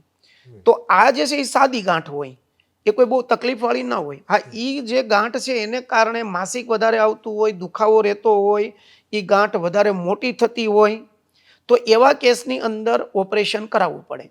ખાલી ગાંઠ હોય ને બીજી કંઈ તકલીફ નથી થતી તો એ વેઇટ કરી શકે, ન પણ કઢાવે તો પણ ચાલે, પણ ડૉક્ટર પાસે દર 6 મહિને એને બતાવવું જરૂરી છે. કારણ કે એ ગાંઠ ક્યારે મોટી થઈને ક્યારે તકલીફવાળી થાય એ ખબર નથી હોતી, એટલે ચેક કરાવવું જોઈએ. ઉપરાંત જે ગાંઠ છે, હવે માનો કે ગર્ભાશયમાં ગાંઠ કે અંડાશયમાં ગાંઠ, એ કેન્સરની પણ હોઈ શકે, તો એ રિપોર્ટ કરાવવો પડે, એની તપાસ કરાવવી પડે કે શેની ગાંઠ છે. હવે ગાંઠ માનો કે કેન્સરની ગાંઠ હોય અને તકલીફ કંઈ ન થતી હોય તો એ ગાંઠ કઢાવવી પડે, નહીંતર આગળ જતાં તકલીફ પડે. ઓકે. અને નાની ઉંમરે ગર્ભાશય કઢાવી શકાય? એનાથી કોઈ નુકસાન થાય ખરું? નાની ઉંમરે ગર્ભાશય કાઢવામાં કંઈ પ્રોબ્લેમ નથી થતો, પણ એની સાથે એક અંડાશય, મેં કીધું કે એક ગર્ભાશય હોય ને બે અંડાશય હોય. હવે જે લેડીઝની અંદર ઇસ્ટ્રોજન પ્રોજેસ્ટેરોન જે નીકળતા હોય, ખાસ કરીને ઇસ્ટ્રોજન જે નીકળતો હોય તો એ અંડાશયમાંથી આવતો હોય અને એ એની સારી લાઈફ માટે, સેક્સ્યુઅલ લાઈફ માટે, બીજું જનરલ વેલબિંગ માટે એ ઇસ્ટ્રોજન જવાબદાર હોય. એટલે ઇસ્ટ્રોજન બને ત્યાં સુધી અંડાશય કાઢવાના નહીં. હા, અંડાશયમાં પ્રોબ્લેમ હોય, કોઈ મેડિસિનથી ટ્રીટ એને સારવાર ન મળી હોય, મતલબ કે મેડિસિનથી સારું ન થયું હોય તો અંડાશય કઢાય. બાકી અંડાશય જનરલી 50 વર્ષની ઉંમર સુધી ન કાઢીએ તો સારું. પણ ગર્ભાશય ખાલી કોથળી કાઢવામાં આવે તો એનાથી બહુ મેજર તકલીફ થતી નથી, કારણ કે એનું કામ જે છે મેન્સ્ટ્રુઅલ લાવવાનું હોય, એ પ્રોબ્લેમ થાય આપણે કાઢી નાખીએ એટલે એ પ્રોબ્લેમ એનો સોલ્વ થઈ જતો હોય. બીજું સ્ત્રીઓની એવી માન્યતા હોય છે કે ભાઈ ગર્ભાશય કાઢી નાખશું તો માસિક આવવાનું બંધ થઈ જશે અને એના હિસાબે શરીરમાં ગરમી નીકળવાનું ચાલુ થશે. આ સાચું છે? એ સાચું નથી, પણ એક આ ગેરમાન્યતા ખૂબ છે, એનાથી ખૂબ ડરતા હોય છે. દર્દીઓ અમારે ત્યાં આવે તો પેલું તો એ જ કે અમને આ ગરમી નીકળી. હવે મેન્સ્ટ્રુએશન, માનો કે માસિક લાવવાનું એ કામ છે, કોથળીમાંથી જે માસિક આવે છે એ બંધ થઈ જાય તો એ ક્યાંય ભેગું થાય છે એવું નથી. એ બનતું જ અંદર હોય, ગર્ભાશયમાં જ બનતું હોય, ગર્ભાશય જ કાઢી નાખો એટલે એ માસિક બનતું જ ન હોય. બનતું ન હોય એટલે અંદર કોઈ ન થતું હોય. પણ જ્યારે અંડાશય પણ સાથે કાઢવામાં આવે એને કારણે જે બીજી તકલીફો થતી હોય એટલે પેશન્ટને એવું લાગે કે મને ગરમી નીકળે, બાકી એવું નથી હોતું. બીજું કે સ્ત્રીઓને જ્યારે બ્રેસ્ટમાં કોઈ પણ પ્રકારનો દુખાવો થતો હોય કે ગાંઠ હોય તો એનો મતલબ એવું છે ભાઈ એમને બ્રેસ્ટ કેન્સર હોઈ શકે? ના, એવું જરૂરી નથી કે બ્રેસ્ટની અંદર પ્રોબ્લેમ કંઈક આવ્યો હોય એટલે કેન્સર જ હોય, પણ એ લોકોની અંદર ડર હોય છે. એવા કેસ એ લોકોએ જોયેલા હોય ને કે ભાઈ આને બ્રેસ્ટ કેન્સર થયું, પણ એવું કંઈ એને લાગે કે બ્રેસ્ટની અંદર કોઈ ગાંઠ થઈ છે, સોજો આવ્યો છે, દુખાવો થાય છે, નિપલમાંથી સિક્રિશન થાય છે, તો એ સમયે એને ડૉક્ટરની બતાવવું જોઈએ, જેથી કરીને ખબર પડે કે આ પ્રોબ્લેમ સાદો છે. કારણ કે કંઈક પ્રોબ્લેમ તો હોય, પણ સાદી ગાંઠ હોય, સાદો સોજો હોય તો એ દવાથી, મેડિસિનથી સારું થઈ જાય. પણ એવી કોઈ ગાંઠ હોય, કારણ કે અમુક કેસમાં કેન્સરની પણ હોય કે જેની પીડા ન હોય, દુખાવો ન થતો હોય. હવે અમારી પાસે એક પેશન્ટ આવે, અમે એને જોઈએ કે ભાઈ આમાં કંઈક પ્રોબ્લેમ જેવું લાગે છે, એબનોર્મલ શેપ ને એવું બધું થયું હોય, તો એવા કેસમાં અમે એક સોનોમેમોગ્રાફી, એક મેમોગ્રાફી રિપોર્ટ બાયલેટરલ, મતલબ બંને બ્રેસ્ટનો એક કરાવવામાં આવે તો એમાં એકદમ નાની એવી ગાંઠ હોય તોય આપણે જે ફિઝિકલ એક્ઝામિનેશન કરીએ ત્યારે આપણે ગાંઠ જેવું ફીલ ન થાય, પણ એ જો મેમોગ્રાફી કરીએ તો એમાં નાની એવી ગાંઠ પણ પકડાઈ જાય. ઉપરાંત મેલિગ્નન્સી જો થઈ હોય તો એના ચેન્જીસ એમાં દેખાઈ જાય તો એનું વહેલું નિદાન થઈ શકે. બીજું લોકોનું એવું માનવું હોય છે કે કેન્સર એટલે કેન્સર, તો શું આ કેન્સર સારું થઈ શકે? હા, ચોક્કસ કેન્સર સારું થઈ શકે, અને કેન્સર એટલે કેન્સર એવું હોતું નથી. જો એની યોગ્ય સમયે નિદાન થવું ખૂબ જરૂરી છે. એટલે કે પહેલા બીજા સ્ટેજની અંદર કોઈ પણ કેન્સરનું નિદાન થઈ જાય તો એનું ટ્રીટમેન્ટ વહેલી શરૂ થઈ જાય, અને ટ્રીટમેન્ટ વહેલી શરૂ થઈ જાય તો ટોટલી ક્યોર થઈ શકે. હા, પછી ત્રીજા ચોથા સ્ટેજમાં પહોંચી ગયું હોય, શરીરની અંદર ફેલાઈ ગયું હોય તો એ સાવ ક્યોર ન થાય, પણ એની લાઈફ સ્પાન આપણે થોડીક વધારી શકીએ, એની ક્વોલિટી ઓફ લાઈફ થોડીક સુધારી શકીએ. ઓકે. અને જનરલી લોકોની એવી માન્યતા હોય છે ભાઈ કેન્સર હોય છે ને એ માત્ર મોટી ઉંમરના લોકો હોય ને એને જ થતું હોય છે. હકીકત શું છે? નાની ઉંમરના લોકોને કેન્સર થઈ શકે? એ જે સમય આપણે કીધું ભાઈ, શરૂઆતની અંદર એવા કેસ જોવા મળતા હતા કે 50 વર્ષ પછી કે 60 વર્ષ પછી જ આવા કેન્સર જોવા મળતા હતા. અત્યારે તો અમે અમારી ઓપીડીની અંદર 35 વર્ષની કોઈ લેડીઝ હોય, 30 વર્ષની લેડીઝ હોય તો એની અંદર પણ બ્રેસ્ટના કેન્સર, સર્વાઇકલ મેલિગ્નન્સી, ઓવેરીના કેન્સર જોવા મળે છે. એટલે એ બધું અમે કીધું એમ કે ભાઈ પોલ્યુશન, કેમિકલવાળો ખોરાક, બેડ લાઈફસ્ટાઈલ, પુરુષોની અંદર જે વ્યસનોનું પ્રમાણ હોય છે એ બધાને કારણે કેન્સરો હવે નાની ઉંમરમાં પણ જોવા મળે છે. ઓકે. ને અત્યારે જનરલી કેવું થઈ ગયું છે કે ભાઈ લોકો જનરલ હેલ્થ ચેકઅપ કરાવવા માટે ડરતા હોય છે કે જો હું ચેકઅપ કરાવીશ અને કોઈ પ્રકારની કોઈ મોટી બીમારી આવી અને એના લીધે મારામાં સ્ટ્રેસ ટેન્શન વધી જશે, આવું લોકોમાં જોવા મળતું હોય છે. શું સાચું શું છે? હા, આમાં અવેરનેસ લાવવાની જરૂર છે. કારણ કે લોકોને ડર એવો હોય છે કે આપણે તપાસ કરાવવા જઈશું ને તો વળી કંઈક આવશે અને પછી ટેન્શન થશે અને પછી કેવી રીતે જીવવું. પણ ખરેખર એનો પોઝિટિવ પાર્ટ છે કે જનરલ હેલ્થ ચેકઅપ તો એવરી 6 મંથ, એવરી 1 યરે કરાવવું જ જોઈએ, કે જેની અંદર તમને ખબર પડે કે ભાઈ શરીરની અંદર કોઈ પ્રોબ્લેમ થયો છે તો એની યોગ્ય સમયે જો ટ્રીટમેન્ટ કરી દેવામાં આવે તો એ ક્યોર થઈ જાય. એટલે એમાં સ્ટ્રેસ રાખવાની જરૂર નહીં. કદાચ એવું આવ્યું તો એની ટ્રીટમેન્ટ, અત્યારે બધી ટ્રીટમેન્ટ અવેલેબલ છે બધા જ ડિઝીઝની. બીજું કે સ્ત્રીઓ કરતાં પુરુષમાં હાર્ટ એટેકનું પ્રમાણ વધારે જોવા મળતું હોય છે. આવું કેમ થતું હોય છે? એ આપણે જોઈએ જ છે સમાજની અંદર કે મોટા ભાગે પુરુષોની અંદર જ ભલે વધારે હાર્ટ એટેક આવતો હોય છે. એક તો એને જે પ્રોફેશનલ સ્ટ્રેસ હોય છે કે ભાઈ એનો બિઝનેસ કરતા હોય એનું સ્ટ્રેસ હોય, અને બીજું લેડીઝની અંદર જે હાર્ટ એટેક ઓછો આવે છે એનું કારણ એની અંદર એક ઇસ્ટ્રોજન નામનો હોર્મોન કે જે બંને ઓવેરીમાંથી નીકળતો હોય. તો ઇસ્ટ્રોજન નામનો હોર્મોન છે ને હાર્ટને પ્રોટેક્ટ કરતો હોય. એટલે હાર્ટને પ્રોટેક્ટ કરતો હોય એટલે એની અંદર હાર્ટ એટેક આવવાના ચાન્સ ઘટી જાય પુરુષની કમ્પેરિઝનમાં. પણ 45-50 વર્ષે આ ઇસ્ટ્રોજન હોર્મોન ધીરે ધીરે ઓછો થવા લાગે, ત્યાર પછી પાછો એને પણ હાર્ટ એટેક આવવાના ચાન્સ તો રહેતા હોય છે. બીજું ડૉક્ટર સાહેબ, તમે 25 વર્ષથી હોસ્પિટલ ચલાવો છો તો એમાં તમે કઈ કઈ સેવાકીય પ્રવૃત્તિઓ કરો છો? અમે અમારી હોસ્પિટલમાં એક મારું દ્રઢપણે માનવું એવું છે કે તમારા જિંદગીની અંદર માત્ર પૈસા કમાવા ઇમ્પોર્ટન્ટ નથી, એના કરતાં વધારે ઇમ્પોર્ટન્ટ કોઈની દુઆ લેવી, કોઈના આશીર્વાદ લેવા એ છે. તો જ્યારે તમને કોઈની દુઆ કે આશીર્વાદ મળે છે ત્યારે તમને સેટિસ્ફેક્શન થાય, તૃપ્તિનો અનુભવ થાય, અને એ જ સાચું સુખ છે. તો અમે પહેલેથી આમાં માનીએ છીએ, અને એને કારણે અમે અમારી હોસ્પિટલમાં પહેલેથી જ કોઈ વિધવા બહેનો હોય તો એને રાહત દરે સારવાર આપીએ છીએ. પછી કોઈ ગરીબ દર્દી હોય તો એની પણ અમે રાહત દરે સારવાર આપીએ. એની કોઈ ઓળખાણ ન હોય છતાં પણ એની પાસે પૈસા ન હોય તો અમે હાવ ફ્રીમાં પણ એને ટ્રીટમેન્ટ આપતા હોઈએ છીએ. આ ઉપરાંત અમુક સમયે કે અમે અમારે હોસ્પિટલની અંદર ફ્રી નિદાન કેમ્પ રાખતા હોઈએ. આ ઉપરાંત મારા ફાધરની જે છેલ્લા 8 વર્ષ પહેલાં એક્સપાયર થઈ ગયા છે તો એમની 26મી તારીખ હોય તો એ દર 26મી તારીખે અમારે ત્યાં જે નવા દર્દીઓ આવે તો એનો અમે કન્સલ્ટેશન ચાર્જ લેતા નથી અને ફ્રીમાં સારવાર કરીએ છીએ, જેથી કરીને અમને એક સેટિસ્ફેક્શન થતું હોય. ઓકે.